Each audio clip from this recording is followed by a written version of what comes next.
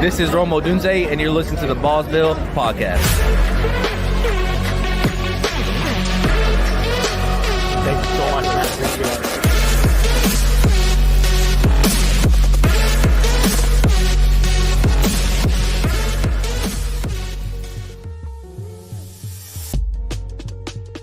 it. And now, your host of the Ballsville Game Podcast, Scott Fitzgerald. Welcome back, Ballsville gamers, to another episode of the Ballsville Podcast. I am your host, Scott Fitzgerald, a.k.a. Lutes for Sale, and this episode is brought to you by the Ballsville Games. Our games combine fantasy football and poker, which create big payouts with great odds. I am hosting from my bed. I had triple hernia surgery yesterday, so when I woke up this morning, I had drew the questionable tag. As the day went on, it went to doubtful. And then after a good nap, it went back up to probable. So I'm back in for you guys because I'm a team player and I am not going to sit out and leave my team without their captain. So, thank you very much. So I'm not 100% today, but I'm going to give it my best. So I'm going to introduce the panel. We want to introduce Sarah, our producer, M21. Sarah M21. Hello, Sarah. Next on the panel, I want to introduce from Viva Las Vegas. He's part of the Bills Mafia. He goes by Farmer Sean, and it's S. Clem on Sleeper. What's up, Sean? What's up, buddy? And residing from Tampa, Florida, he is my best friend and my neighbor. And he just became my finance guy, so we'll see how much I like him a year from now. So he goes by the dealer's back. He is Ken Moore. What's up, Ken? Hey, what's going on? Thanks for having me on. And welcome back our Southern boy down from down in Big Texas, where football is football down in Texas, right? Right there, Connor. Yes, sir. Thanks for having me. All right. So I want to get into a couple things. I want to get into the our scoreboard and where we're at right now for our redraft leagues. The $25 low stakes redraft leagues are full. All 10 are full. They're rolling. The mid stakes are having a little bit of an issue. I'll get back to that. The high stakes are, we are drafting League 8 now, and the other two leagues should be filled by next week. What we want to do to try to bump up and get those mid stakes drafts full is next week on the pod, we are going to have a live $50 redraft fast draft. And we're thinking about 30 to 40 seconds on the pod live, get it done, and then we'll be able to do some analysis on your guys' team. So we want to try to fill these up. They've been lagging a little bit. I know a lot of people have been wanting to get into some fast drafts, so we're going to give you guys what you want and try to get you guys into some fast drafts. So what we'll do is I'll have Alex, the president. He'll post everything in the chat rooms, and anyone that wants in, it's going to pretty much be first come, first serve. So you guys want in, get in there, pay your entry fee. Don't sit around there and wait till it fills. Get in there and get your spot for the pod next week. So that's what's on our plate next week. I want to give a couple shout outs to some guys in my leagues that I run. Mr. Been doing this, Zay, Grizz Tony, Cash 3. These guys have been pretty much in all the leagues, been very active, and they've definitely been doing some promoting, trying to get the leagues full. And I want to thank them because I've been on vacation and been with doing the surgery stuff. So they definitely helped me fill the leagues by promoting them. So I want to give those guys some congratulations and thank you again for helping out with those leagues.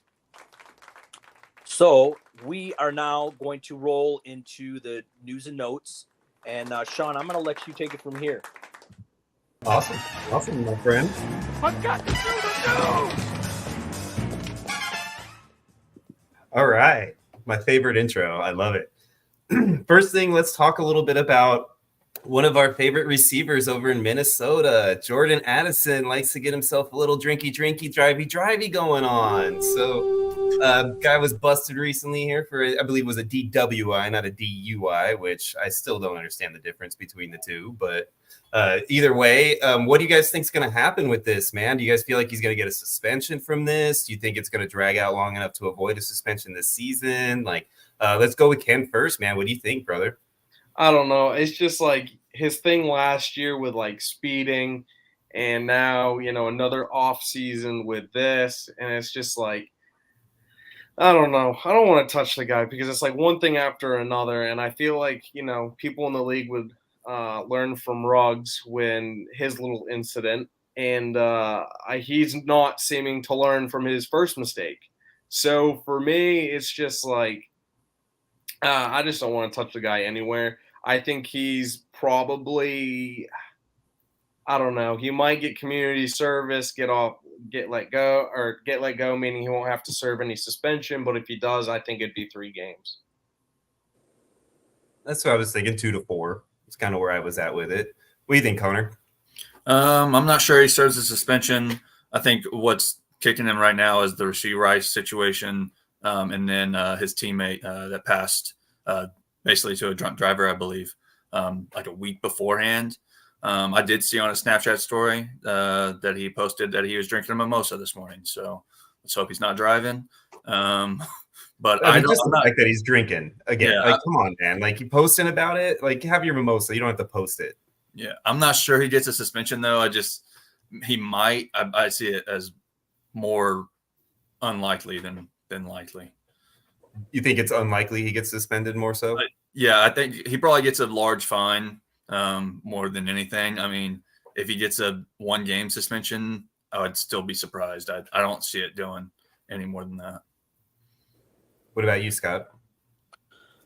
Well, I mean, things must be going pretty good when you fall asleep and a cop finds you falling asleep in your Rolls Royce. So life must be good. But, I think I'm with Connor. I don't think he gets a suspension. I think it's kind of just a slap on the wrist thing. I mean, it is disturbing that this is 2 years in a row now that he's been involved in some vehicle altercations, and it's not a good look. If I'm a dynasty owner, I'm not super excited to hear this news.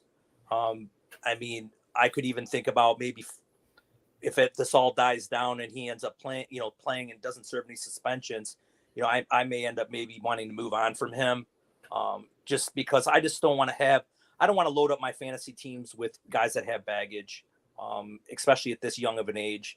I want guys that are on my team that want to play football and want to win championships and want to be Hall of Famers.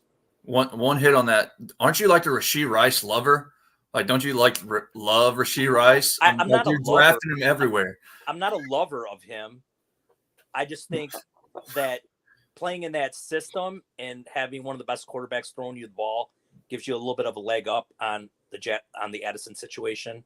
So I give Rashee Rice a little more rope to hang on to, but that noose is almost around his neck and it's almost tied up in my book. So do you think that like the Rashee Rice situation, because in my opinion, it could go either way, really, as how this affects the Jordan Addison deal. If Jordan Addison comes out, all the legal aspect is done a lot quicker because it's a lot less complicated of a situation. And then they suspend Jordan Addison. Do you think there's an uproar from the community? Like, hey, you suspended this fool. You still got this guy over here who did a lot worse that you're going to let play.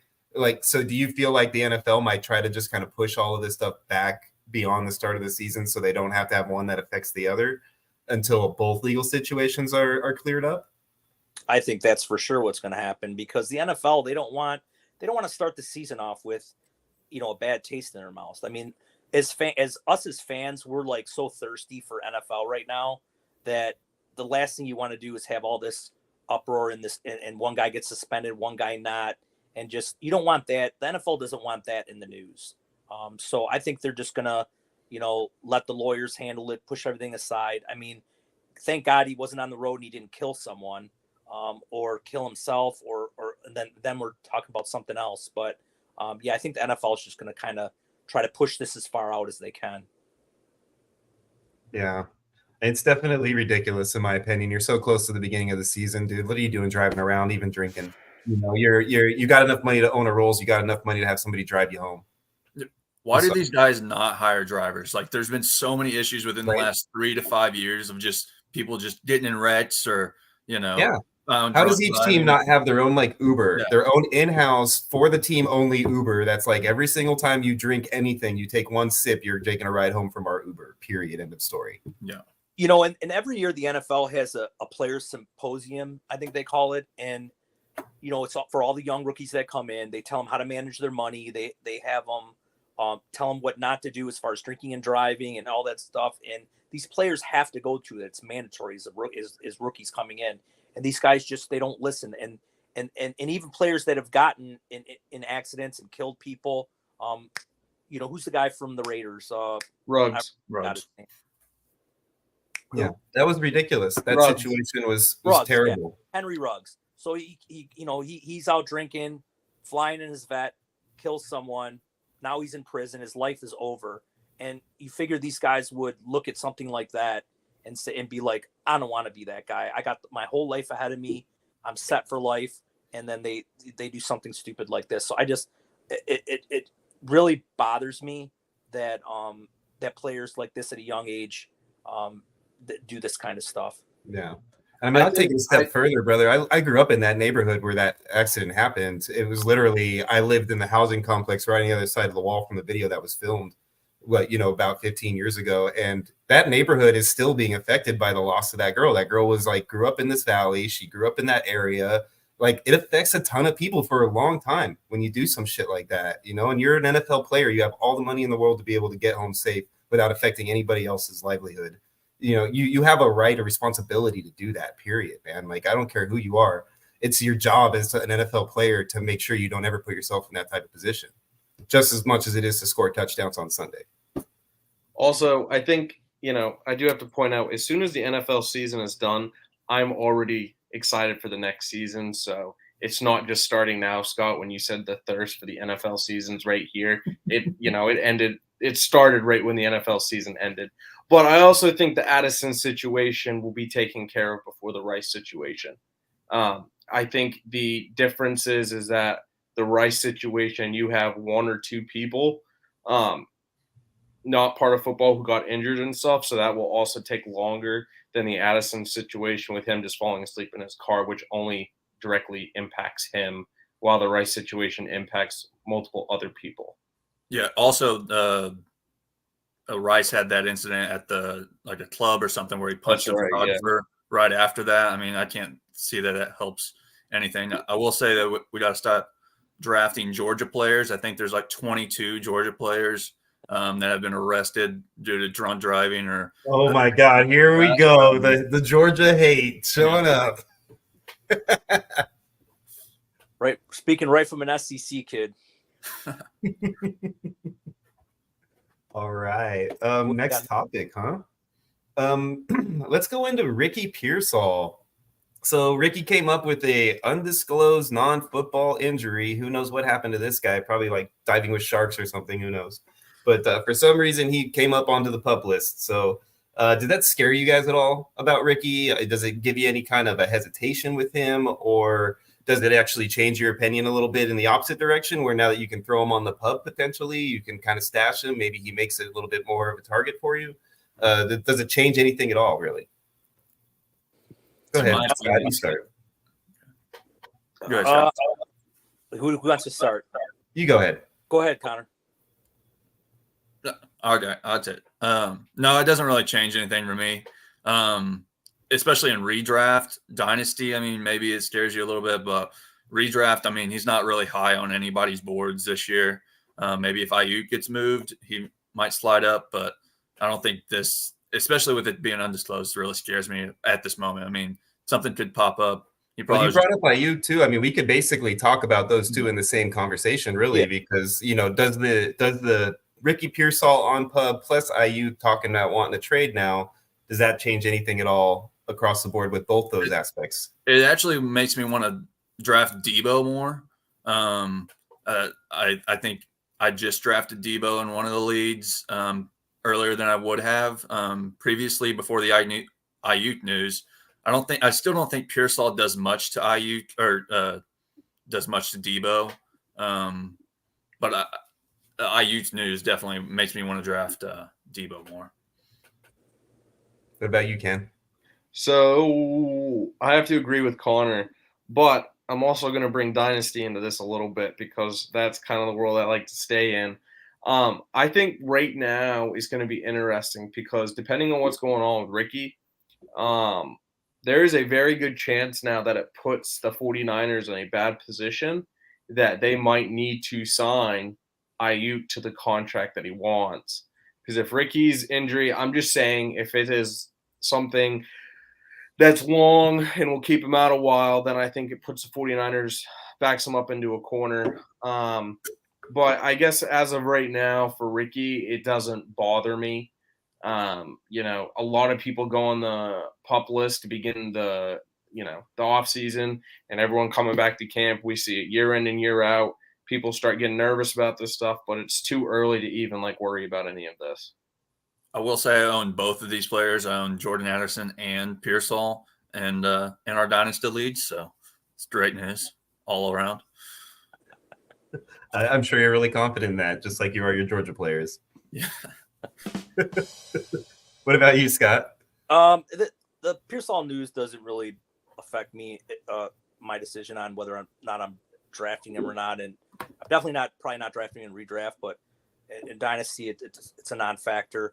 It actually hurts him not being on the field because of all the Ayuk news. I mean, the 49ers want to see really what they have. They did spend high draft capital on him. And as far as Ayuk, I mean, he's in a bad spot. I mean, he has no leverage with the team. Sean and I talked about it earlier today off air he's coming off the rookie deal. They don't have to franchise him next year if they don't want to. He could take the franchise tag next year. I guess if it's available, but looking at his statistics, he wants big money, and he had 1,400 yards last year, but he only had 75 receptions. So a lot of his damage was done after the catch, which I think is a little on the fluky side, run after the catch stuff. Unless you're Debo. Unless you're Debo. They pretty much scheme stuff for him. So, I mean, a lot of that stuff, running and receiving and reversing and stuff. But my point is, if you want big money, you need to flirt with the 95 to 100 catch seasons. And I think in that offense, when they spread the ball around, it's going to be hard to, ask for that kind of money when you're not, catching 90 to 100 balls a year. So, Ayuk needs to just try to have the best year he can, like what Sean and I talked about. And then I think he's probably not going to get the money from the Niners. He's probably going to have to test free agency and go that route. But you got to quit going on freaking social media and making yourself look bad, because all you're doing is proving to other teams that you're a freaking cancer and you're the crybaby, and they're not going to invest that kind of money in you. So you just need to shut up and put your gear on and get out there and have the best season that you can. Where do we think? Sorry, you go ahead, Jen. I think there's an issue now. So, look at the league as a whole. Ayuk wants money, right? He gets traded. There is not a situation out there that I think Ayuk would be at the same production level that he would be at now. I think any place. I disagree with that. I do too. I think there's at least 2 teams. I'm rocking the shit out of a logo right now that would easily replace that production. I don't see him going to Buffalo though. I'm not saying I see it either, but in general, like, he could land there, and if he does, then he's easily going to be able to get more receptions than he did in San Francisco. Yeah, but if I'm looking at teams that would go out and get a wide receiver, I don't see the Bills as being one of those teams. Who's the teams you're looking at? Chargers. Go ahead. Well, one team that's got the money is the one team that he wants to go to. I mean, the Redskins are. Well, I'm always going to call them the Redskins. The Redskins are way under the cap. Racist.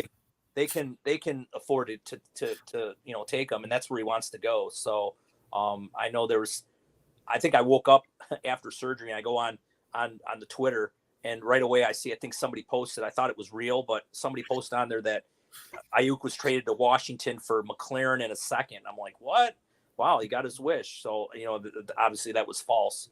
So but that's a team, like Ken said, that I don't think his production matches. No, at least not season 1. As I made my comment, I look at teams that have the cap space to take on Ayuk, and also are at a spot where they're either rebuilding, and I don't see them going to get Ayuk. If he went to the Chargers, I think his production would go up, but I don't see the Chargers making that move now. The Bills got rid of just about everyone because they were so cap strapped that Ayuk wouldn't go there. Everyone knows that he wants to go play with the Commanders, but you have too many mouths to feed there. And I just don't think Ayuk going there.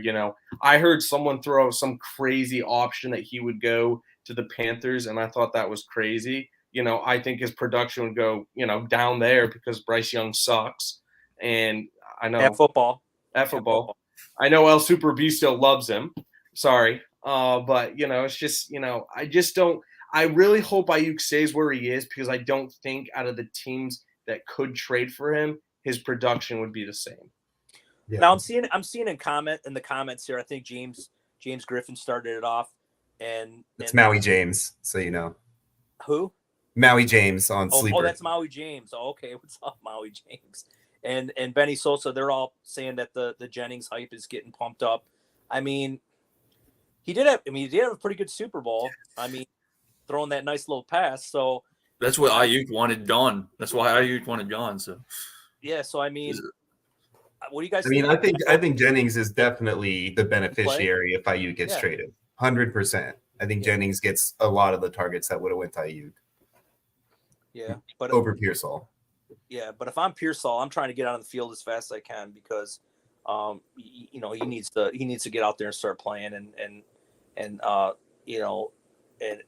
that way going into next year that he can solidify that number 2 spot if the Niners do decide to let Ayuk go into free agency or whatever. Well, if he doesn't, then they could very easily take another receiver with their first rounder next year. And then now he's basically battling it out with an equal value drafted receiver. Right. All right, moving on. We got some signings to talk about. First time in a while we've had this kind of news. So let's start with Caleb and Rome both signing their rookie contracts in Chicago. So and obviously it's not going to change anybody's opinion. We all expected that to happen, but let's just talk a little bit about what we think this duo is going to do for the next 4 or 5 years. Go ahead, Connor. You can go first since you're the guest. Yeah, so I'm pretty excited. I think Caleb Williams and Rome Odunze will have a good connection. I'm not sure it'll start out this year as much. I think Allen probably takes number 1 or more. One of those two, I believe, is probably the number 1 this year. I think Allen's probably gone next year, so I believe Rome at least will be the number 2 next year. But I think moving forward, they're going to have a good connection. I believe I own both of them in a couple of dynasties, so I'm pretty excited about that. So what do you think redraft wise as far as Rome? Are you in on Rome where he's getting drafted right now, or redraft wise? No, I'm not drafting Rome. Almost like I think he's getting drafted way too high. He's getting drafted above Keenan Allen. I think that's pretty high in some drafts. So I'm not drafting him. I agree. I like him, but I don't like where he's getting drafted right now. You know, he has dropped quite far in some drafts that I've seen as far as his ADP, but it's not far enough to where I still think that there's better players on the board at his position right there. So I'm in the same boat with you. Ken, where are you at? Redraft wise, I wouldn't touch him. Dynasty wise, he's the guy that, you know, he in another year or two, I think will be the alpha there. You know, this year Keenan Allen's going to be over him. DJ Moore, I think, is 27. So I think it'll be DJ Moore and Odunze, you know, for the next after this year for the next 3 to 5 years. So with the Neighbors Odunze kind of being back to back in rookie drafts right now, and him having Caleb Williams with him locked down, and Neighbors having Daniel Jones, does it sway you at all to consider Odunze over Neighbors in rookie drafts? No. Me neither. I'm just curious. I would much rather take Neighbors because it's literally Neighbors and no one else. And Odunze has, DJ Moore, Keenan Allen, Kmet, Swift, so forth and so on. And I just think, Sean, I'm going to take a page out of your book. He's going to get peppered with targets like it's no tomorrow. So I just think, with that happening, he's going to have the stats to keep him a top wide receiver. I don't think he'll be like top 10 at all or anything like that. But I still think Neighbors will still have a good season because there's literally no one else there, even though I like Slayton. Yeah, you and your Slayton love. Darius. I don't know why everybody's hating on Jalen Hyatt. I think that kid showed something last year. Not to say he's going to be amazing, but I think he's got some skills that people are going to be surprised about. I almost had to play the song on you right there with the Slayton news. That was really close. Slayton has had 750 yards back-to-back seasons, and as a depth wide receiver, he is fine. If he was so good, considering there's nobody on that team, he would have stepped up and been the bona fide number one there. You have Daniel Jones, Tyrod Taylor throwing you the ball. You can't be a bona fide one with two guys who can't play football.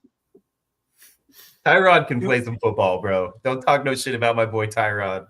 Tyrod has had bad luck in his career. Yeah. It's not his fault he got stabbed in the chest by a pissed off doctor. Daniel Jones just sucks and is overpaid. All right. Well, anyways, I think that these two, I like quarterbacks and receivers that come in the same year, tied together, and kind of grow together. I was never the biggest Rome fan by watching his tape, but I did meet him in person, and he comes across as a guy that I'm not going to have to worry about falling asleep in a Rolls Royce. So I am definitely on the Rome and Caleb train. But like Connor says, it's not going to be this year. We're going to have to wait a year on that. Not touching him in redraft, but definitely in Dynasty. I don't have him over Neighbors, obviously. I just think Neighbors coming out of the SEC, you play in a big boys league, and the best players come out of the SEC. Big Ten, close second. But the SEC is definitely the breeding ground for elite players. Addison or Rome in redraft? Now. Right now? Right now. I got to go Addison because he's been playing already. And plus, there's Hawkinson's out. Mm-hmm. He's the number 2 target there. About Rome or Watson? Christian Watson. Oh, definitely Christian Watson. Rome's getting taken so far ahead of him. It's crazy. I don't like Christian Watson. Will Fuller 2.0. All right, let's get it. Hey, let's get into this. I can't wait for the season to start so I can talk some shit to you. He's gonna blow up, and you're gonna be like, "Man, you were right, bro." All right, I got a question then. So rank these 4 receivers. I'm gonna go with Connor, Ken, and Sean. I just want to see where you guys are at. Rank these 4 receivers: Christian Watson, Dotavian or Wicks, Romeo Doubs, and Reed.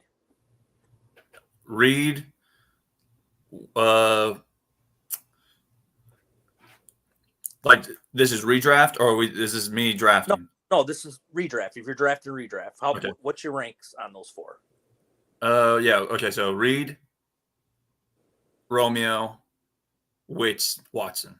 Wow. I think. Ken, What the hell? Ken, your turn. No, I think it's Wicks, Romeo, Watson. Wicks, Romeo, Watson. Yeah. Okay, Ken. Reed, Wicks, Romeo, Watson. I love Sean's reaction. It would have to be Reed, Dobbs, Wicks, Watson. You are. Oh my God, I'm ready to play the song. Oh Sean, my god! All right, let me give you the real ranking. All right, it's Watson, Reed, No. Wicks, Dobbs. and I concur to Sean. That is the There's order. no okay. I'm gonna do a bet with both of you right now, Pub sub. so everyone can hear. No, because I'm gonna get a bunch of pub subs, and then I'm gonna give one to Connor just because he and I are very close. Reed will have more yards and receptions than Christian Watson will. Bet. Yeah. Bet. Is that a question? Like, y'all had Watson over Reed? Oh yeah, I think Watson's yeah. the number 1 target if he Watson's the stays number healthy. Oh my I don't even god! think Watson's the 3. When Watson was the man when Rodgers Was. was there. But Watson was even the man when Jaden Reed was healthy and he was playing this year, dude. Like Watson was getting more targets All right, than so Reed was per game. Are we going total fantasy points between the both of them? No, I I'm literally gonna just check said the next year now. That's just too much. Reed's Total going to score fantasy- more fantasy points. Total fantasy points, Watson or Reed? I'll take Watson. I'll take take Reed. Able to. You can take Reed. Total I'll take fantasy Reed. points. All right, that's a bet. They're not even close in ADP. Like, where? They're not even close in ADP. They're like Yeah, 4 or 5 Reed's- round difference. Yeah, Reed's going way above him. Yeah, which is ridiculous in my opinion. I'm always loving it when he gets taken. Like, hey, great job, buddy. I'll take the discount on Watson. Coming Me back too, off- all day. Yeah. Connor's like, oh man, like, if I didn't get the chance to snipe him. I don't It's want. okay. It's okay. The young guys Watson. and the young guys on the pod will prove the old timers wrong. Oh Okay. my god, here We'll we see. go. So You Who young else? whippersnappers. let's see if All right. Okay, so that was our Caleb and Rome totally off track conversation. So let's try to move it forward here.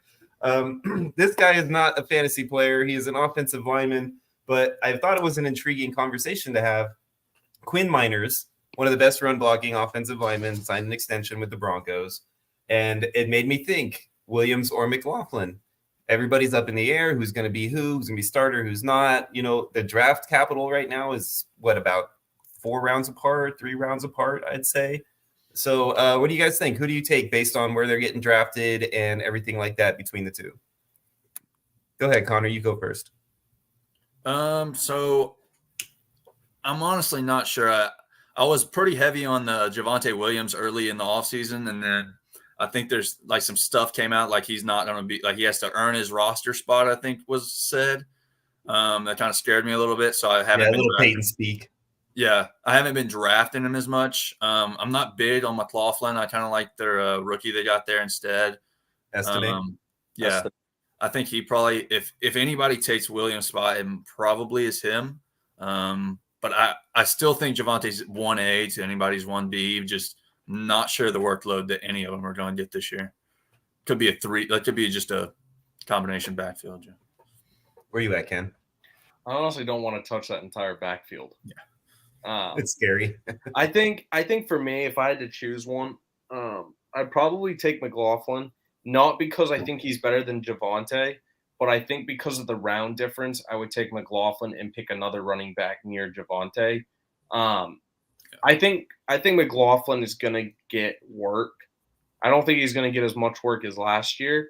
So I think he's a good depth wide receiver, but I will say I am trading Javonte away in all dynasty leagues. Wow, where are you at, Ken? Scott. I mean, Ken, Scott. I'm sorry. I'm looking at Scott and I say Ken. I'm in the same position as he is every week, laying down.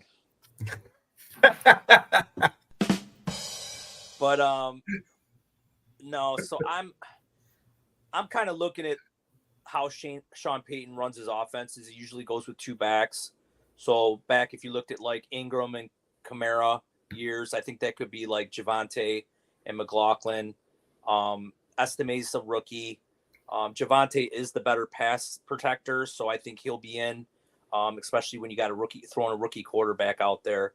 I like Ken's idea about taking the discount and just going with the later running back in McLaughlin, but Javonte's starting to drop too. So, I mean, I don't really like drafting an RB2. I usually wait pretty late to draft an RB2. So if I could land Javonte as an RB2, at a discount, I don't mind going that route. I'm kind of in the same boat with Ken as far as dynasty. I made probably a pretty bad mistake last year by paying. It wasn't expensive. I think I paid a mid to late second for Javonte because I was really hurting at running back. So it might have been a bad exchange just because of how deep the class was. But so we'll see how it plays out. I mean, Javonte was coming off the knee injury last year, which was a double ligament tear. So and he actually came back, pretty decent for coming off a bad tear like that. So he does have pass catching abilities, and he is a better blocker. So I think he'll be on the field a lot more than people think. And the Broncos are just terrible last year too. I don't think that really helped Javonte at all. I mean, they came on better towards the end of the year. Yeah. They didn't play bad. Sean Payton definitely coached up a bad team, pretty decent for what they were. But, I'm with Ken, man. Like, I'm in the same boat where Jalil's sitting there and I'm looking to take a back, and I'm always taking somebody else over him and then looking to snag McLaughlin later because the value's there. Like, I think it's happened twice already. I've taken Jonathan Brooks over Williams in 2 leagues because that same exact situation came up. And I felt like I could take Brooks there. Even if he starts out slow, I can come back and get McLaughlin, which I ended up doing a few rounds later. So, I think that there's too much upside with some of the other guys that's there at the time that Williams is on the board for me that I want to take him, but I always end up having somebody else there that I'm happier with. Speaking of dynasty, though, isn't this like the wrong time to be selling Javonte? In dynasty world, I was kind of in that boat. I feel like a lot of people are torn on him right now. Yeah. And I'm trying to find the people, I guess for me, Javonte's weird because he's still only 24, which he was very young coming into the league. Now, if you were talking to me about Nick Chubb, because he's like 29 right now, yeah. So I give age to running backs, and everyone knows how I feel about running backs, but Javonte is still 24, so if I can buy him at like a deal per se, I'll go get him. But I think people out there are still kind of torn. Some people want him and some people don't. I think you just have to find the ones that want him. What are you selling him for? Like, are you selling him for, like, if you get offered like a mid-second, are you taking that? I would take a mid-second for Javonte. Because I think in this draft, for rookie drafts this year, even though it's kind of coming to an end, because I know a lot of people have finished drafting, there's a lot of good running backs in the 3rd round that I think will be good, like Vidal. I meant what about 2025 mid-second, like range? So because next year's a heavy running back draft, I would trade him for a mid-second. Okay, real quick, I'm on the clock in redraft 10. I had the 4th pick. I started off with Mahomes. I came back with Garrett Wilson fell to me, so I took him. Who do you think I'm taking at number 3? I'm on the clock. You're in which league? I'm in the low stakes number 10. Low stakes number 10. And this is the 3rd round, and you're at the 4th spot? Yes, sir. And you've got a quarterback and a running back? Quarterback and a receiver. Quarterback, you're going quarterback. Brock Purdy. We all know you're going quarterback. You don't even have to lie. The Brockness monster is Brock Purdy. Is that the quarterback, the first one? I don't even see. That's the thing. I don't even know why he asked us. Everyone knew he monster. Oh. That drive where you're going, Scott. Why even bring it up? You know what I'm learning in these leagues now that I'm drafting? I'm learning that I can, because Connor saw what I did in the other draft. If I draft early, I'm taking CeeDee Lamb or Tyreek Hill, and then I'm able to come back in the second and third and still grab like Jordan Love, Purdy, Prescott, Goff, like that range. So I lock in my number one receiver, and then I'm able to pick up 2 stud quarterbacks. And I really like that build because some of these people I'm playing with, they're not valuing the quarterback correctly, so they're just chasing like they normally do, and I'm able to get them there. All right, I agree. Wait, hold on. Are you going to pull a Sean? No, what do you mean? Draft another quarterback on your turn. Sean knows what I mean because that one draft where he took all kinds of quarterbacks and then people drastically overpaid. Yeah, so all I have to do is be in a league now, and people start taking quarterbacks. yeah, so Jojo writes in the chat he was shocked that I didn't take a quarterback at 4 overall and I took Lamb in a couple drafts because I was looking and seeing that these quarterbacks are dropping even in the super flex, and I figured, you know what, I really wanted to lock up if I could lock up a receiver, and I know if I draft at the end of the draft, I have to go 2 quarterbacks because I'm never going to get a good second one on the way back.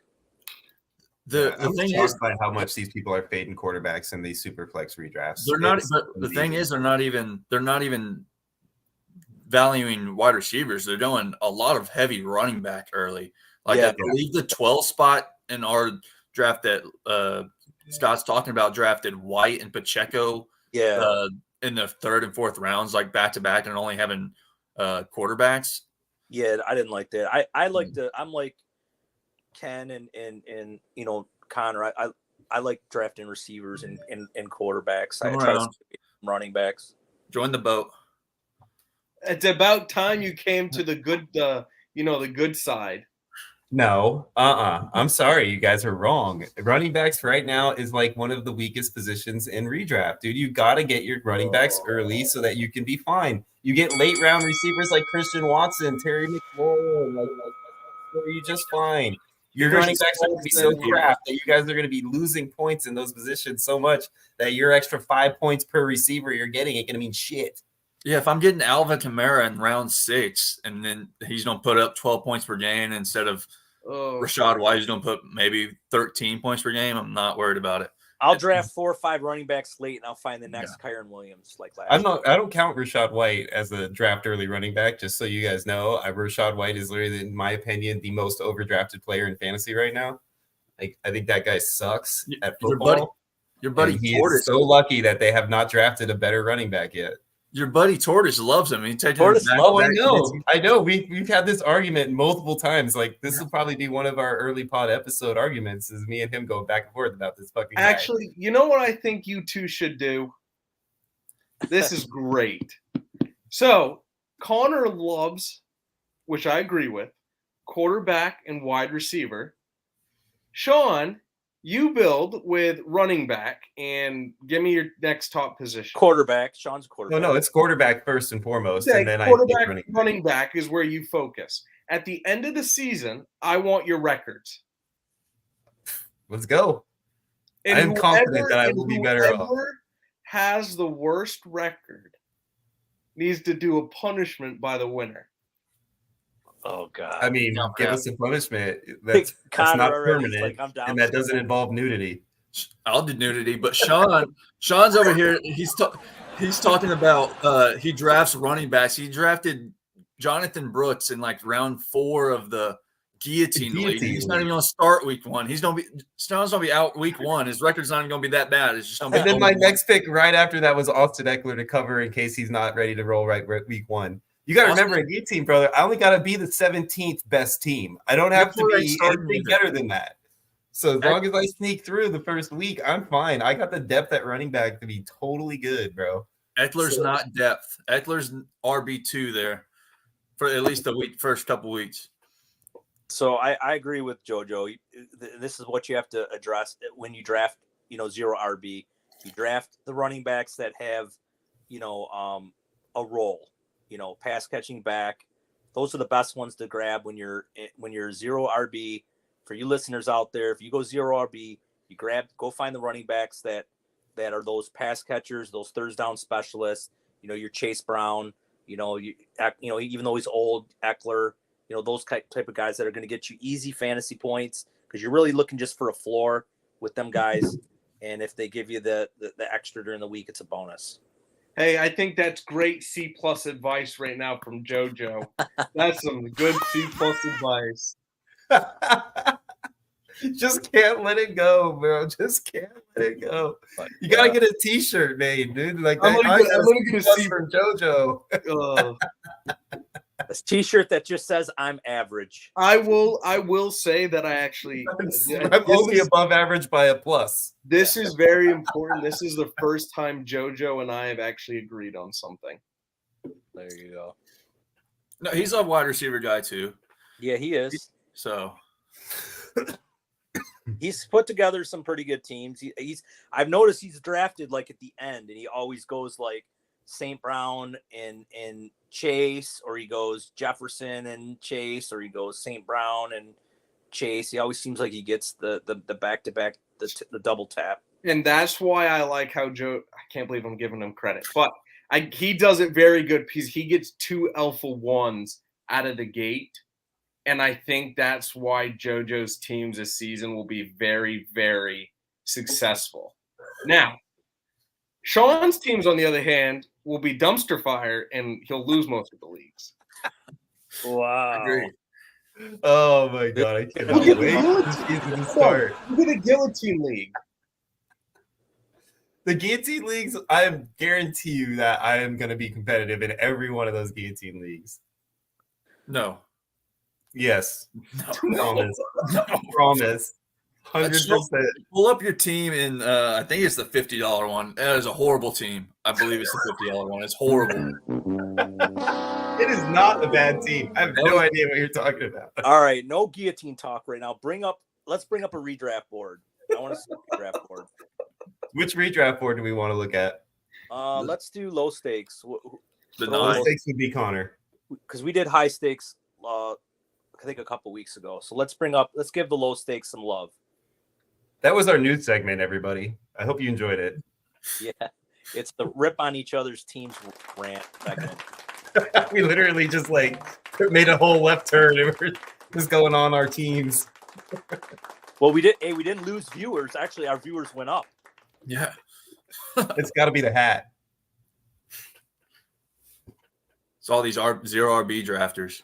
Yep. 0 RB drafters. You sons Hey, of Sean. You guys, I draft like that in my leagues. I'm happy as hell. The only time I ever drafted a running back in the first round was the LaDainian Tomlinson years. And that was because that guy just never got hurt. So It's just so funny to me that you guys are so high on receivers when the depth at receiver is so deep. Like it is ridiculously deep. But Show Getting me- starting receivers in the mid-teens. yeah, But but there's quality only so many receivers. There's only so many wide receivers that are going to give you those top points. Those 100 catch seasons. There's only a handful of them. I don't agree with that at all. There's a handful of running backs that are going to get you those great consistent points. There's multiple receivers that are going to score you, maybe 5 points to 7 points less on average than the guys that you're chasing in the first round. I don't know. No way. Who were the running backs going in the first round of the last year's drafts? CMC, was that it? I think Derrick Henry was still up there in your standard, one quarterback style leagues. He was a great bet last year, wasn't he? Yeah, Derrick Henry. I don't think he was.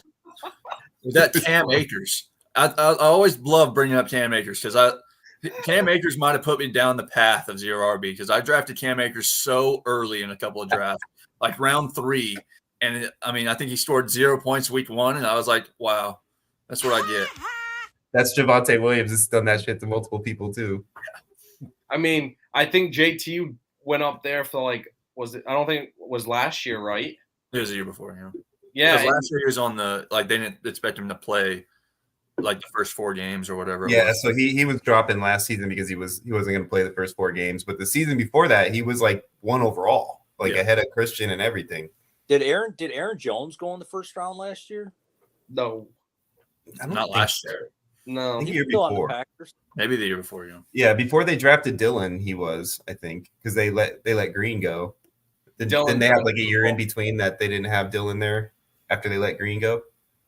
Yeah, I think it was all just receivers and tight ends last year. I sprinkled in a couple running backs. And that was Yeah, it. I mean Kelsey was a first rounder last year. Everybody was taking Kelsey early. Sean, who has a better winning percentage this year? The Bills or your fantasy teams? Well, the Bills are winning the Super Bowl, so it's the Bills. The Bills are wide receiver zero drafters too. Connor, bring up a board. You got a board? Yes, sir. I want to talk about Sean. Just so we know, I want to make sure I point out that Alex made sure to mention that I was a double division winner in 2023. Thank you very much.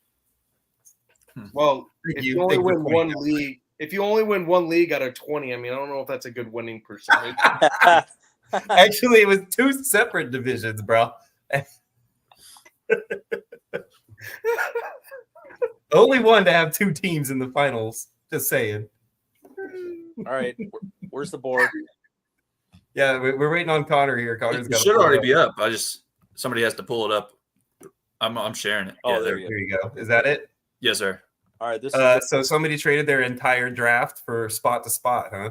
Yeah, it's Oh, Ludes. that was my trade. Yep, Dang, that was Luke. yours. Wait, you went from 12 to 4? Yes, sir. My strategy worked. Wow. Well, so Who did you trade with? I can't even read that name. Who is that? Sorry for cussing. I think he's a Super- new player. Super something. I don't know what his name was, but I would have made you give me some love. I'd have been like, "No, I gotta keep a couple of these earlier round picks here and there." and, well, like, he maybe- wanted to do like like a trade like normally happens, and I said, well, why don't we just trade? You don't like that spot? Why don't we just trade spots for the whole draft? And then he wrote a question mark to me, and then he sent me a trade of what it looked like, and I'm like, okay, that's fine. Seabaum, where's your team? It's team 2 right here. Too. I got sniped so many times already. I've been sniped, I think, 3 times I wanted Kelsey. Not a single fucking running back. Surprise, surprise. Yeah. I wanted Kelsey here and I wanted Murray here. But they both got taken by Can we take a Bat look Eula. in front of that guy that's in front of Ludes? I think it says Finn's something. It's at the end. The Yeah, three this running is- backs and this 2 is wide Sean. receivers. This is Sean. I think he has an alternate account on here. Yeah, No, because there's not a single red square in there, so that's obviously not Sean. That's disgusting. Yeah, look at this one. This is the one I was talking about earlier. It was the guy that traded with Ludes. He went Pacheco White after going Burrow and Richardson. yeah, I don't like that build. I don't mind it. I don't like the white pick. I think I can't read the names because you blacked it out there. You got Henry right there. I'd probably take Henry over White. Actually, guarantee I'd take Henry over White. And there's a few of those quarterbacks I'm taking over Burrow as well. I don't mind the Burrow Richardson pick right there. I think that's the right quarterbacks. at I that like point. okay, so like so Murray. team 10. I mean, look at that start. I think that's a really good start. He got Team 2 10. alpha receivers. Justin and JJ, and then he Herbert got and two Tua and Walker. Yeah, I good like that start a lot. So I like this. This is although he doesn't have a quarterback, I think there's going to be a couple that fall, but his Hill, then Gibbs, and then ETN wasn't bad either. I don't mind it, but I wouldn't have taken Pittman. I would have taken, Tua or the next quarterback. Yeah. At that I point. think But it was actually, Tua went the other way. I'm sorry. I would have taken. Let's see who's on the board right now. It looks like maybe Caleb's on the board. Caleb's on the board. You're gonna pull it up. Cousins. Connor, so I have to ask you because I'm looking at your team. Yeah. One, why Just did you back out of the draft and jump back in it, bro. why did you not take I'm surprised you didn't take Birdie instead of London. Purdy instead of London because I figured that I could get. I'm not that high on Purdy, but I figured I could get one of these. I was hoping Herbert may fall or Tua. To be honest, I think I'd have taken Goff. I got Well, Goff. I guess I kind of mean like than I that. guess for me, I think I would have taken Caleb over Daniels though. In my rankings, I have Daniels over Caleb, and I agree. this draft I was going purely In off my redrafts. rankings. Yeah, I was going this draft. If you look at my rankings on that we posted in the chat, and we'll probably come out with here with some consistent rankings. I'm going purely by those. So my next pick will be my next player in my rankings in this draft. I usually don't do that. I usually, mix it up depending on who's went where. But you mean as far as like positional wise, you're going to take a specific position no matter what? Yeah, that's what I usually do. If running backs are going, then I'll put a running back ahead of some wide receivers. But this draft, I'm just going my best available. Yeah, and I was actually talking with Trevor about that too. Like I approach drafts as like a tier-based kind of setup, and for me, I go into a draft like with no expectation on who I'm going to take. It's all based on what's going to happen around me. And if there's a run on running backs, I'm going to take a running back early because I need to. I feel like if there's runs on wide receivers to the point where I'm like, man, it's dropping so bad, like I feel like I have to take the wide receiver there because the tier drop from the next wide receiver down. If I've only got 2 receivers left in my tier that's on the board, I'm taking the receiver if there's 4 running backs because I'm hoping one of those 4 running backs will fall to me and I can get one of the receivers and one of the running backs in the same tiers. Whereas vice versa, I have no choice. I have to go running back, right? So like that's kind of how I approach drafts, is very like block tier based more so than anything else, and it's all based on what everybody else is doing.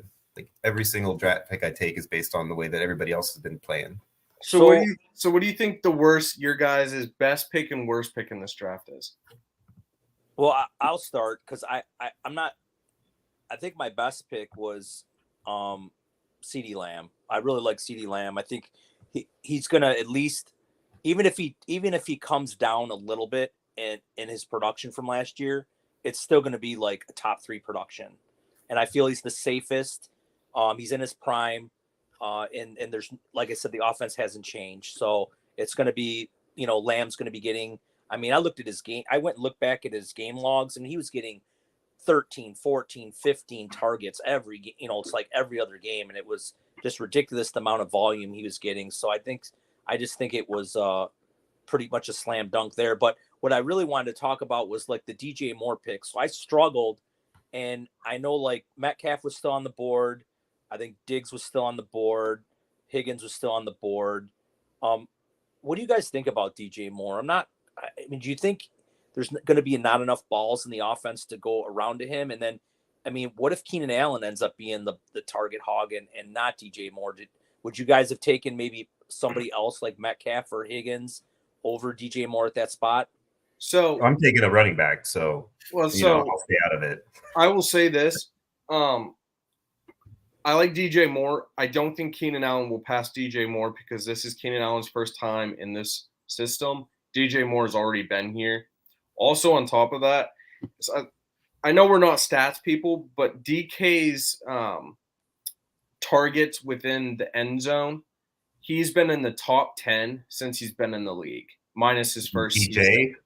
Like DK. You're talking about Moore? DK, because he just said DK and DJ. Oh, DK, okay. So I guess for me, it's a toss-up, but I would much rather take DJ Moore with Caleb Williams than I would DK with Geno. What about like? I agree. What about like? How high are you guys on Connor? Would you have gone that route too, or would you put somebody like maybe Higgins or Diggs maybe ahead of him? I like Moore. I was really, especially early in the offseason before they signed Allen, I was really high on Moore. I still think he's their wide receiver 1 this year. Allen may get more targets, but I think Moore's ability to move after the catch is something I'm looking forward to, especially with Williams there. Last year Fields was unable to throw the ball downfield, so I'm pretty high. I'm pretty high on Moore. I think that was probably the best choice there. I haven't looked at my rankings to see, but I like Metcalf as well. He might be overshadowed by JSN this year. That's my hot take for the year. I think JSN could potentially be their wide receiver 1 moving forward. So. And Sean, which running back would you have taken at that spot if I wouldn't have went receiver?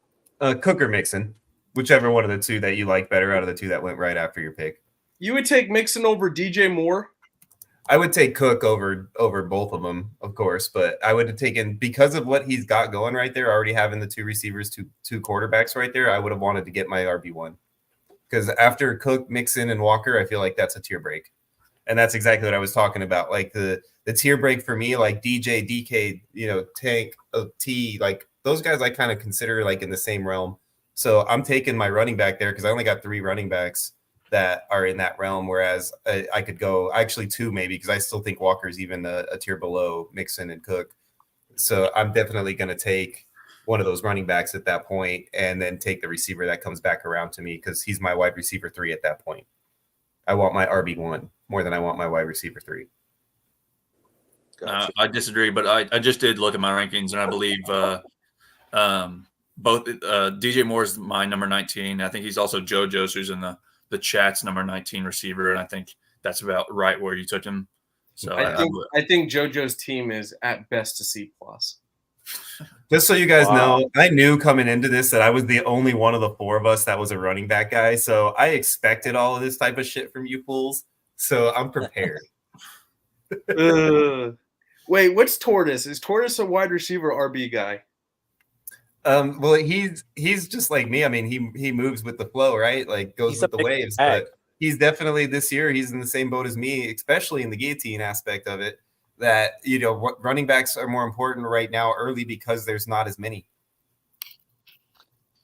I don't know. It would be really hard if we all if we did what I suggested one year and get all of us to meet in Vegas and get one of those high stakes drafts. It would be really hard. I think the 0 RBers would dethrone you running back guys if we had to pull our own money together and hey, you guys, I would love to get into a draft with 11 0 RB people. Well, yeah, because then you would get them all. Yeah. Very interesting. Do we have another slide or no? If we don't, we can probably move to trades unless anybody in the chat wants us to talk about have any questions for us. If you guys got a league you want us to pull up on if you draft want a league you want us to pull up, we can pull up a league for you guys. If you want, real quick. I mean, we've got a high stakes league that's just about ended. We could always talk about until we get a suggestion. Can we look at Sean's $50 G league? Look at you, Connor. C-Bomb writes, can we look at Sean's $50 guillotine league?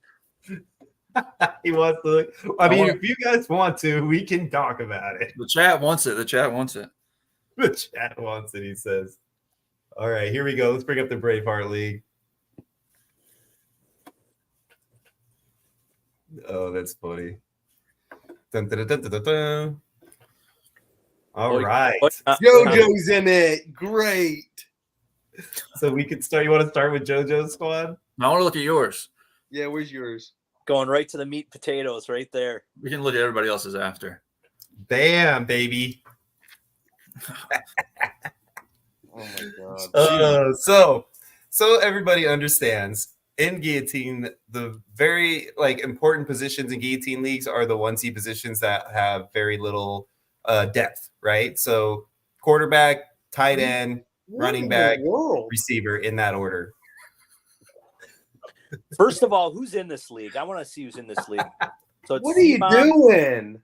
It's I didn't even say that. Watch this team win. Watch this team win, baby.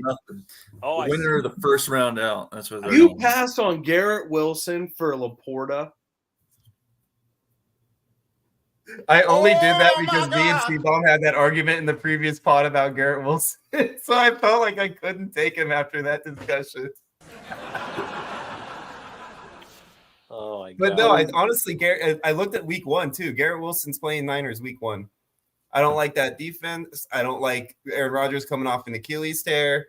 I'd much rather have Laporta week 1 than him. There's 2 picks I just absolutely hate that you took. You took A-Chain in round 3. Yeah, Jonathan Brooks is one of them. But A-Chain, I think he's probably one of my lowest rated guillotine players just because of the variability of his roster points. I think he has a high ceiling, but he also has an ultra low floor. Yeah, and that's 3-round reversal. So you got an earlier pick in the 3rd round. Who went after a chain? I took Mike Evans. Evans, Diggs, Collins, Cup, Debo. How did Andrews. you take a chain over Mixon? Because I liked A-Chain's upside.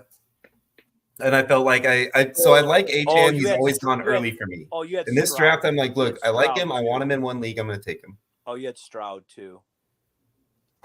And Yeah, then- I didn't want to stack. Nico was a thought right there for sure. He was actually like number one receiver I would have taken, but I didn't want to stack and Guillotine because Guillotine you don't want to stack. So we have 2 guillotine leagues that he will be out in the first week. Everyone that is watching. No, three. You If I have look to at- manage these Guillotine leagues for 17 weeks after I got knocked out, it's gonna be irritating as fuck. Can we please go to JoJo's team next? Trevor's gonna be taking over. Go to JoJo's team. I think he's I'm like just kidding, guys. I'll still be early, there. early. It'll be fun to watch. Oh, he's number 2. So JoJo, yeah, he had the second overall pick. So he took CD Jalen Tank because he's all Mr. Receiver guy. And look at so this is what I'm talking about. Like he doesn't have any solid running backs at all. Nor do He's you. lucky if he gets 10 points out of each of those guys. I like Jalen Warren. He's got role guys. He's got Jalen Warren. He's got Charbonnet. Those are role guys. They're going to be involved in the offense. They're going to at least get 50% of the offense. Where's his? See, I'm trying to look at his game log in this one, and I can't figure out the game log on this. Plus, TV you know, or on that screen. situation in Pittsburgh with Farty Smith, they're going to run the hell out of the ball.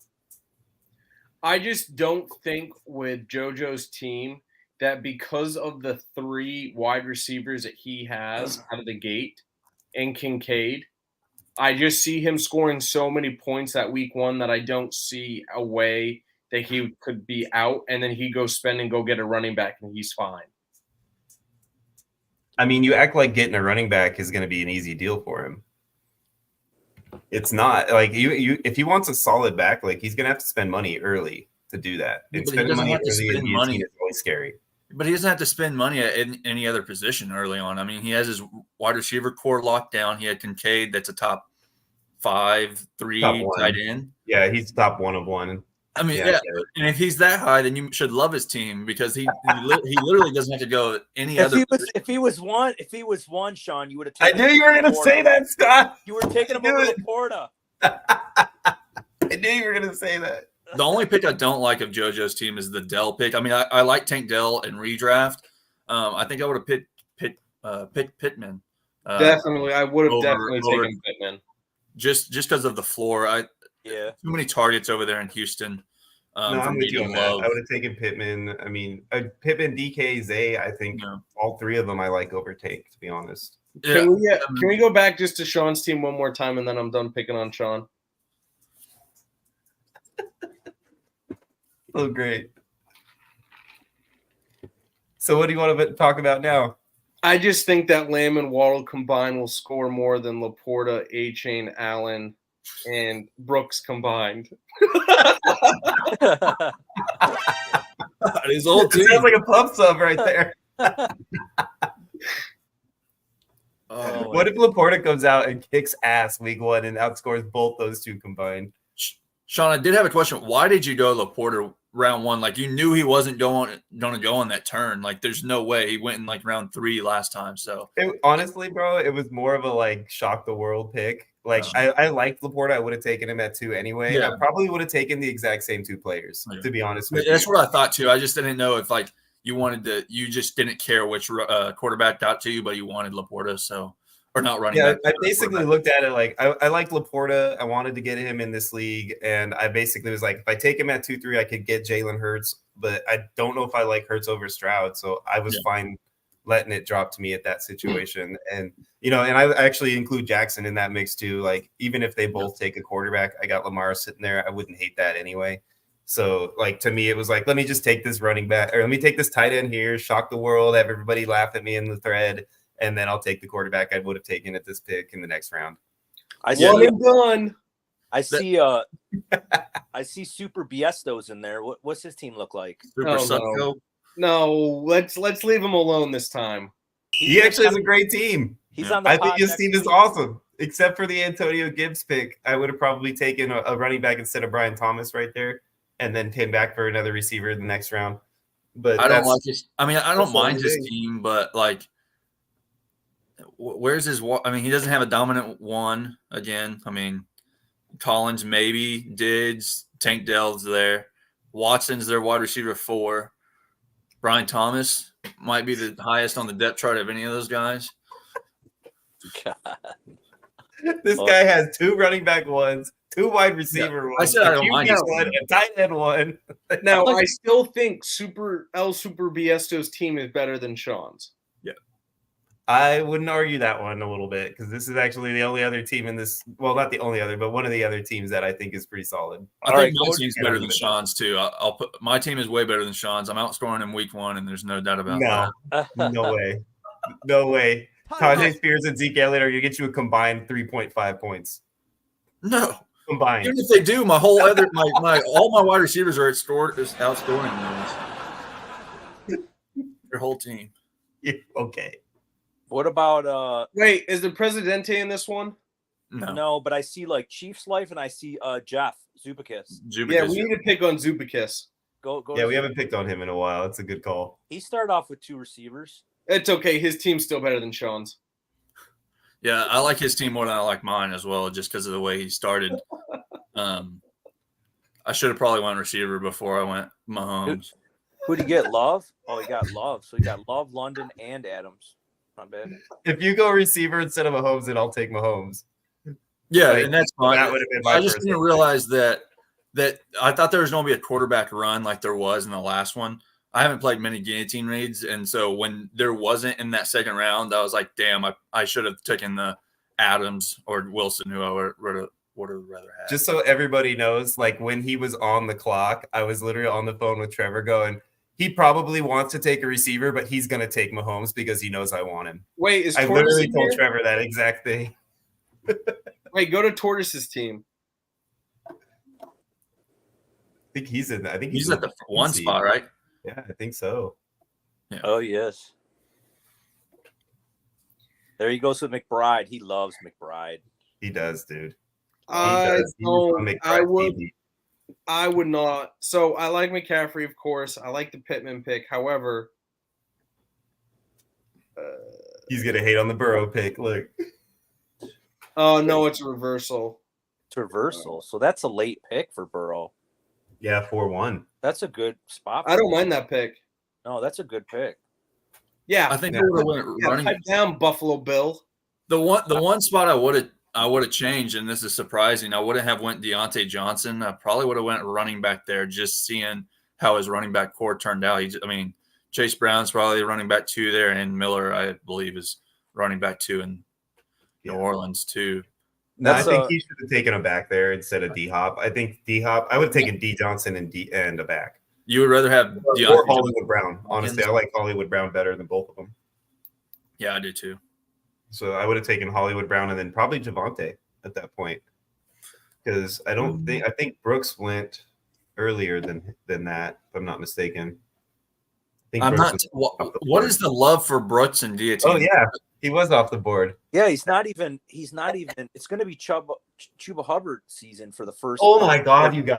He is not going to be starting out at if anything, they're in a timeshare to start the season, like 50. Brooks might not even play week 1. I don't He's think still Brooks- recovering from an You know- ACL. You know, when we came into tonight, I thought some of the outlandish things that would be said would be coming from Scott because he just had surgery. But everything outlandish tonight is come out of Sean's mouth. Is that any different than every other week? Well, this week, I don't know what's going on with you. I'm telling you, Jonathan Brooks is a fucking stud, and you guys will remember this comment in a couple of weeks when he's kicking ass and taking names. You guys are gonna be like, "Man, Sean, how'd you know?" I'm gonna say, "Cause I'm a fucking pimp." Can we put a pub sub on Zeke and Brooks week 1? I bet Zeke God. outscores Brooks week 1. Ooh, I'm down for that. You want to do a pub sub, Brooks and Oh, week Zeke? 1, yeah. All right, I'm down for that. Oh my God, Sean! I don't what think are you Brooks even doing? plays week 1. I think I'll he's out. take- I think he's still recovering from his ACL. Hey, you know what? It's all right. I'll just take give you one of the Matt- pub subs I'm gonna win from Ken. I don't even know what a pub sub is. I don't even think we have that here. I don't know either. Ken's just gonna ship them to me, and I'll ship one to you if I lose. I'll take mashed potato pants in that deal. It's oatmeal pants. Get it right. I switch it up a little bit. Zeke's a little Yeah, if he older, makes up a name, he's allowed to switch it up, bro. Zeke's a little older, so his oatmeal turned into mashed potatoes. Oh, that's Sean. funny. All right, Oh, we get into Sean. trades. Let's get into some trades. Get into some trades. All right. Yeah, 'cause we got some Whoppers, gamers. So you want to Man, I cannot wait to hear what come out of Sean's mouth right now. I'm almost thinking we There's should no save- running back in there. He's not gonna like it. I'm almost thinking we should save this one for last. You want to save this one for Yeah, last? save that one for last. That one's going to need a lot of breaking down. So this All right. is all El Super Bestos trades. Yep. So we'll go with So the we one. can start with one and go from there. Yeah. So we got DTs and Super El Biesto.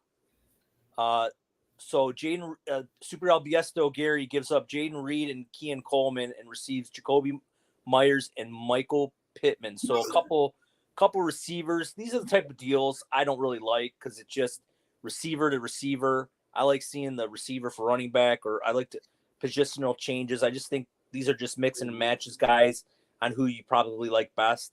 But I like it if I'm DTs. but that's kind of like where I'm looking at it. I kind of like DT a little bit, but we'll go to who's the Jaden Reed lover. We'll go to Connor. Connor's the Jaden Reed lover. What do you It's think not about that I love JT. It's just that or Jaden Reed. It's that I don't like Christian Watson because of his injury history. But the Reed Coleman trade. I mean, I find that pretty even. I think Super Beasto said he was competing in that league. So I if he's competing, I definitely lean the Myers Pittman side. I don't What about agree. you? What about you, Sean? I think Reed and Coleman is by far the better side, by far. Your Pittman's like ceiling is high end wide receiver 2. Coleman could be a wide receiver 1. We don't know. He's a rookie. He was drafted in the first round, and he's on the team with one of the best quarterbacks in football. So I like that. Plus, you got Jaden Reed, who came on strong last year on another ascending team with another ascending quarterback. I mean, Pittman has a quarterback who got hurt after 3 games, who played 12 in college, I think, or something like that. And then Jacoby Myers has Aiden O'Connell. So to me, I'm definitely taking the Reed Coleman side all day. Kenneth? So before I pick a side, I would just like to point out that Myers still put up good numbers with O'Connell. I will say that because go Knowles, I have to pick the Coleman side. I love Pittman. I think Pittman will be better than what Sean said, but I do believe that I would probably take the Reed and Coleman side.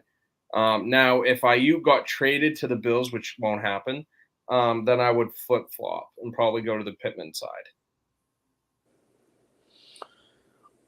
Yeah, I'm slightly leaning towards the Reed Coleman side. The Pittman side, we still don't know what Anthony Richardson's guy is going to be in that offense. I mean, he barely played last year. I mean, is he going to latch on to Pittman? Is he going to latch on to Mitchell? Is he going to latch on to Downs? I mean, we really don't know.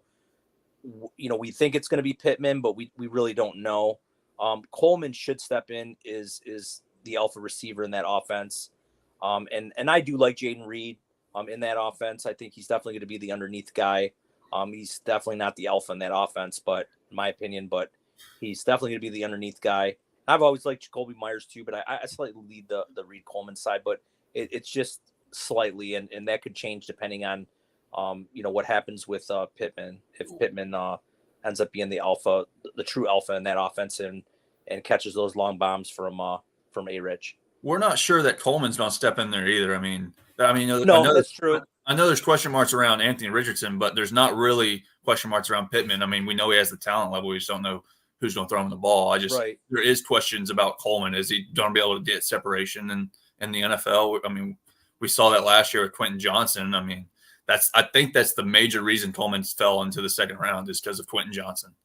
I think they're built very similar. And I mean, and you still got, you got Curtis Samuel there, who, I mean, Sean should know this. I mean, they brought him in to kind of have a bigger role. Sean doesn't even know who they play week 1. I don't. Whoa. Okay, that was a brain fart moment. All right. Damn. All right, we'll move on to this one, which is two Ballsville managers. We got Super Albiesto and we got Daniel Payne. And this is the kind of trades that I like. You know, you give a player for a player, but I think that without looking at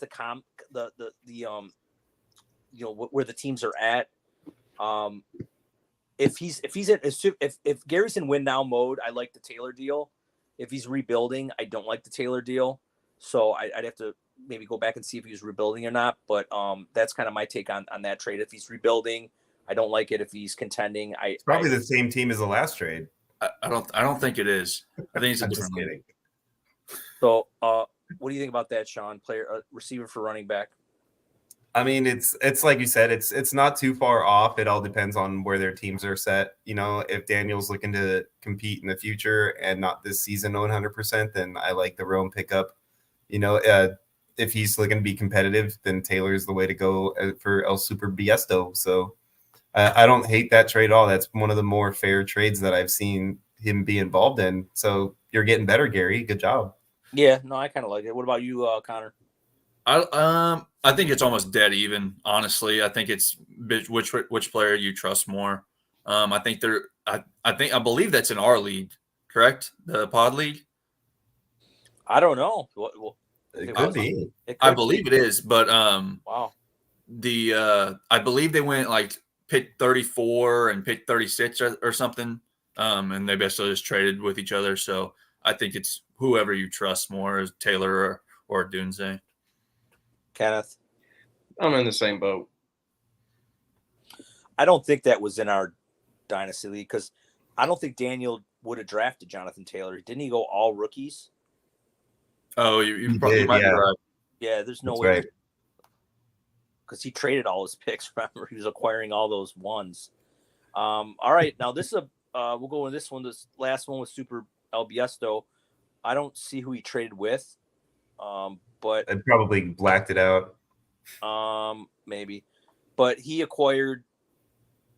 Okay, so it was quarterbacks, and it was running backs, and it was receivers. So he went Geno. He acquired Geno and Terry McLaurin and Jonathan Taylor again. So he loves that, like JoJo said, he loves that Indy offense. And he sent away J.D. McCarthy. That's Marshawn Lloyd. Yep. And Zay Flowers. We will go. I need to think about this. Who's ready? I'll go for it. Go ahead, Sean. So I feel like you can kind of look at the learning curve for him on these trades. If you just kind of look at him from 1, 2, 3, I feel like he just got a little bit better each time. So I'm definitely leaning his way on this one. JJ McCarthy is the wild card. If JJ becomes a superstar quarterback, then that's definitely the winning side in the trade. But if he becomes just an average, 15 to 25 type of guy, then I think that El Super Biesto finally won a trade. I like Terry McLaurin. I like Jonathan Taylor. Geno to me is kind of a 1 year, maybe 2 years out of him, and then you're looking to replace him. But if you have enough quarterback depth, then I don't think that's going to hurt you too much. So I kind of lean more towards El Super Biesto's side of this trade, but I just think that I'd have to see the team builds to really give it 100% for sure you win. Yeah, I think I agree. I think the only thing that wins in this trade is Geno Smith. I think McCarthy and Flowers for McLaurin and Taylor is almost a wash. I think that's like the 110 and Flowers for JT and McLaurin. So I believe that's probably a wash, but I think Geno way over Lloyd. So I think he wins that one just because of Geno. Kenneth? I don't think you guys are saying this is closer than I think it really is. I think El Super Biesto, this is his best trade that he's done that has been on the pod. I don't think this is relatively close to each other. I think Geno is more underrated than people think. And everyone thinks that with Howell there, he's going to eventually take over, which isn't true. I think Howell's there as a backup because I really had no one last year. I think El Super Biesto actually hit this one out of the park in terms of what he got. Yeah, I think McCarthy and Lloyd is definitely not helping him this year. If he's in contending mode, which maybe he is, I do like the side that he got. I think having, like I said, Geno in there is, and I don't know if there's a super flex league or what the format is, but even just having those three combinations or players are going to help you immediately. You'll be able to put all three of those guys in your lineup and they will score fantasy points for you right away. So I like this deal. I think it's one of the better ones Gary pulled off. So good job, Gary. I wish you were. Yeah. I wish you were wrong. Yeah, Gary will be on the pod next week, and I'm glad that we're able to help him through his learning curve with these trades. Yeah, he definitely got better as time's gone on because the original trades, not my favorite. Hey, Yeah. Sean, maybe you can get some tips from El Supervisto. Wow. On drafting guillotine leagues. That too. All right, where's the big boy trade, Sean? Bring the big boy trade up. All right, big boy trade is coming. This is the big boy trade that just posted out today. So our Presidente Alex found this one, and it is Themis Popoff and Nickel City Wrecker 36. And this was kind of a big boy trade. I didn't really have time to look at it thoroughly. So if anyone is ready, you can step in. I want the Lamb side, and I'm not sure it's particularly close. What about you, Connor? Sean? What did you just say? I want the Lamb side, and I'm not sure it's really close. I'm kind of on the other side of the fence. I'm okay with the Neighbors London in the second. Yeah, I think I have to go that way too. I think I have to take the London neighbor side. Lamb's going at like the 1.8 to the 1.7 to like the 1.10 and startups, and then Neighbors and London are both falling into the third. 2/3 for a first, and you get Evans. I think, But I don't think neighbors in London equal Lamb though. I agree. You don't think so? You would take Lamb. I would over take neighbors. in I would take neighbors in London over Lamb. Yeah, I wouldn't do that. I wouldn't do that. Really? I'm taking the best player in the deal. Yeah, I agree, Scott. I think London and Neighbors have potential to be CD Lamb each individually, so I'm taking those two. Yeah, but those are hypotheticals. We don't know that yet.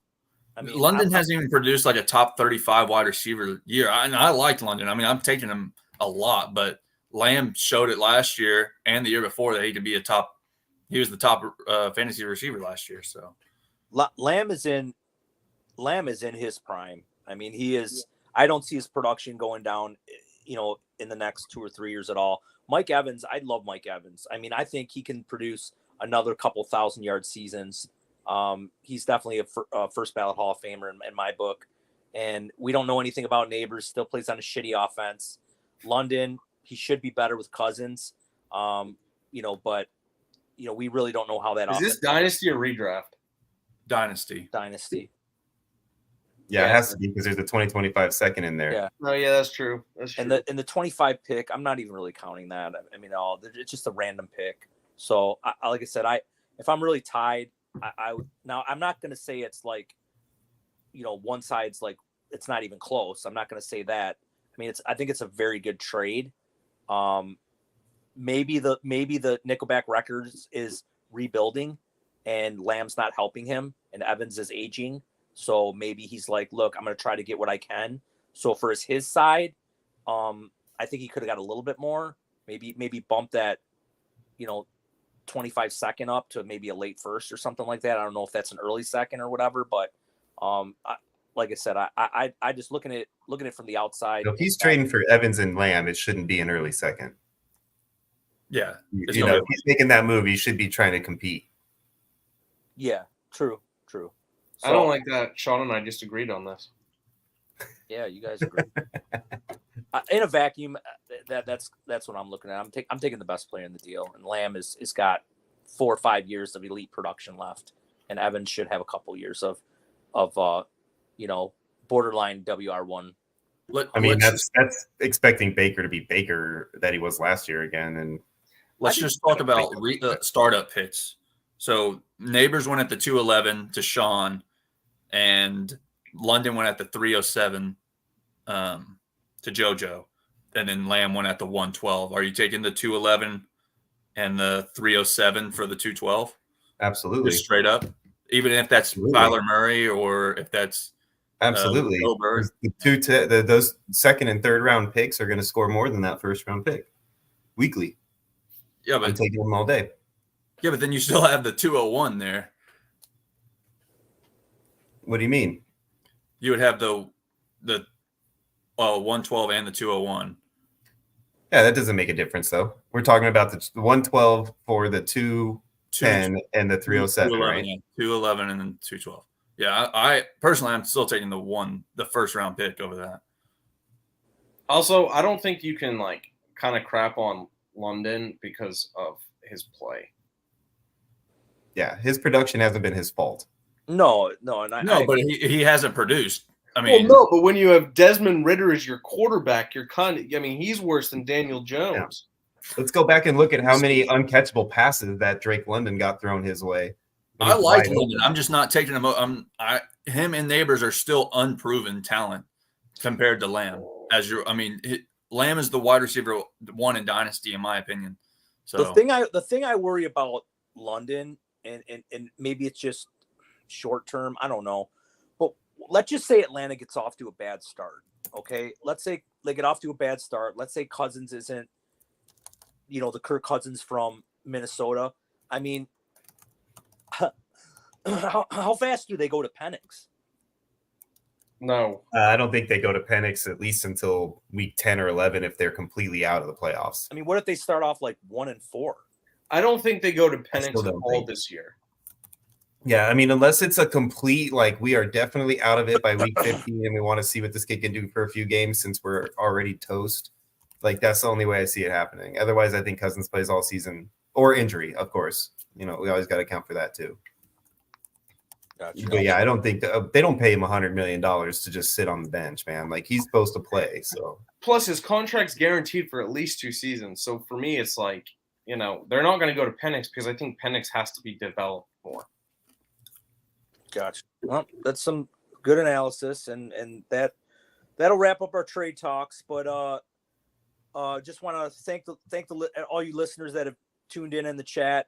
I also want to tell you guys we are at 113 subscribers, which is good. We'd like to get that number bumped up a little bit. So please go over to the YouTube and get into that subscription for us and like us.